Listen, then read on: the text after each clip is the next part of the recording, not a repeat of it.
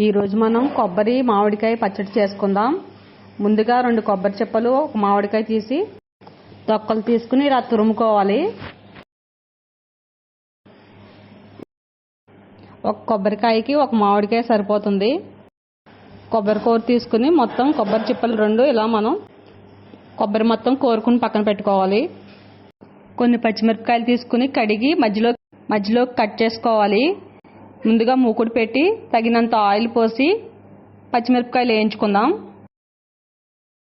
వెల్లుల్లి రేఖలు ఒక 10, 2 స్పూన్ల జీలకర్ర, 2 స్పూన్ల ఉప్పు, ముందుగా వేయించి పక్కన పెట్టుకున్న పచ్చిమిరపకాయలు మిక్సీ జార్లో వేసి మనం మిక్సీ పట్టుకుందాం. ఇప్పుడు కొబ్బరి కూర, మామిడికాయ తురుము ఒక ప్లేట్లోకి తీసుకుందాం. పచ్చిమిర్చి, వెల్లుల్లి, ఉప్పు, జీలకర్ర మిక్సీ పట్టుకున్నాం. మిక్సీ పట్టుకున్న మిశ్రమం వేసి మొత్తం బాగా కలిసేంత వరకు కలుపుకోవాలి.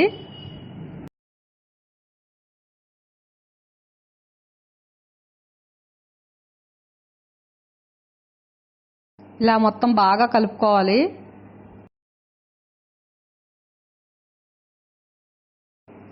ఇప్పుడు పోపు పెట్టుకోవాలి.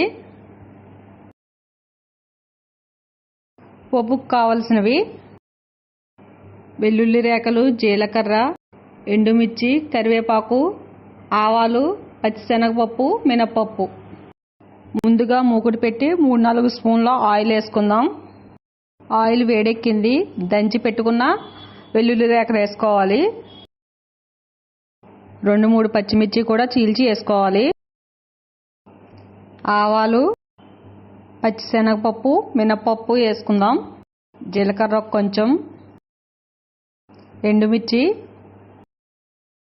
కరివేపాకు కొంచెం సేపు వేయించుకుందాం. పోపు ఏగిపోయింది. ఇప్పుడు మనం కొంచెం పసుపు వేసుకుందాం కలర్ కోసం.